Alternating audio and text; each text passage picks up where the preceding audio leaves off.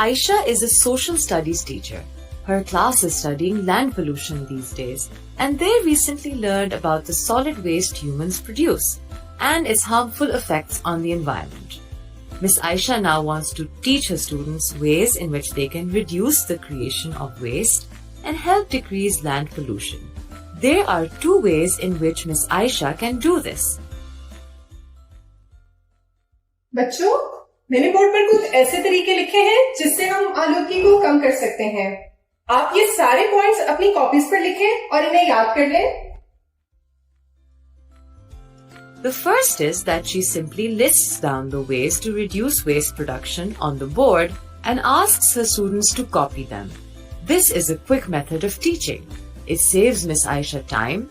The students receive the correct answer, note it down, and can learn the list of methods to score marks on a test. But is it really effective in terms of learning? Does this method help build the students' interest in the environment? Does it encourage activity? Does it encourage creativity? Let's look at another approach Miss Aisha could use. बच्चों, board पर लिखे इस सवाल को जरा पढ़ें। How can we reduce waste? यानी हम आलूगी को कैसे कम कर सकते हैं? मैं चाहती हूँ कि आप 5 मिनट का वक्त लें और पेयर्स में बढ़कर इसके बारे में सोचें। फिर आपके ज़हन में जो भी आइडियाज आते हैं आप उन्हें लिख लें और ब्रीफली अपने साथी के साथ डिस्कस करें।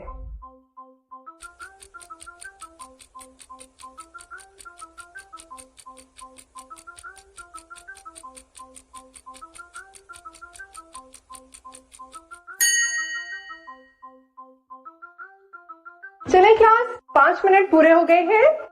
अब अपना हाथ खड़ा करें और बारी बारी अपने आइडियाज हम सबको बताएं। आप बताएं। हमें पार्ट्स में कूड़ा नहीं फेंकना चाहिए।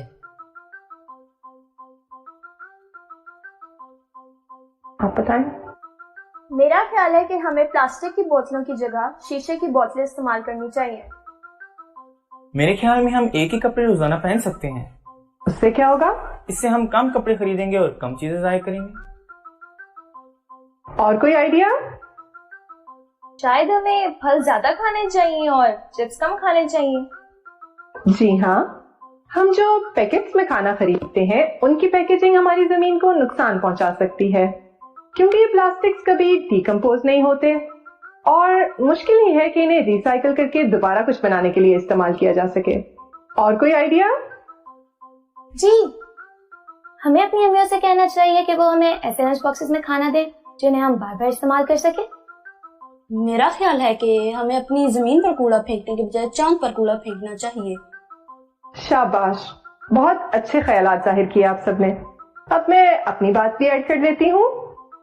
खरीदारी करने के लिए हमें अपने घर से कपड़े के थैले साथ लेके जाने चाहिए, बजाय इसके कि हम दुकानों से प्लास्टिक के थैले लेकर इस्तेमाल करें। चलें, अब इन सारे आइडियाज को डिटेल में देखकर डिस्कस करते हैं कि इनमें से कौन से तरीकों से जमीनी आलूगी कम हो सकती है। Miss Aisha decides she wants her students to come up with their own solutions to the problem of land waste. This second method definitely takes more time and effort, but how is it better than the previous one?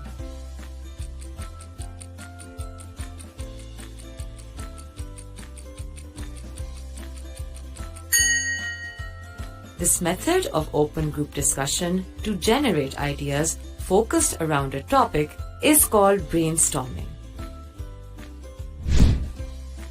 Let's take a careful look at the mind map of ideas Miss Aisha's students came up with. Most of these ideas are rooted in real-life experiences of the students. Thus, brainstorming helps students connect academic concepts to examples from their own life or something they have seen or heard about. When brainstorming in your classroom, keep the following rules in mind. Brainstorming always allows for free thinking. Notice how Miss Aisha didn't criticize or label any of the ideas shared as wrong or right. This is because brainstorming is meant to encourage risk-free thinking in unexplored directions. During brainstorming, have one conversation at a time. This is why Ms. Aisha gave each student uninterrupted time to speak. Effective brainstorming is visual and generously makes use of images. Brainstorming is a shared effort, and so it helps build on each other's ideas. Lastly, brainstorming is focused. Always indicate the objective of the session, as Ms. Aisha did, by clearly writing down the problem statement. If you don't do so, your discussion may go too far and too long.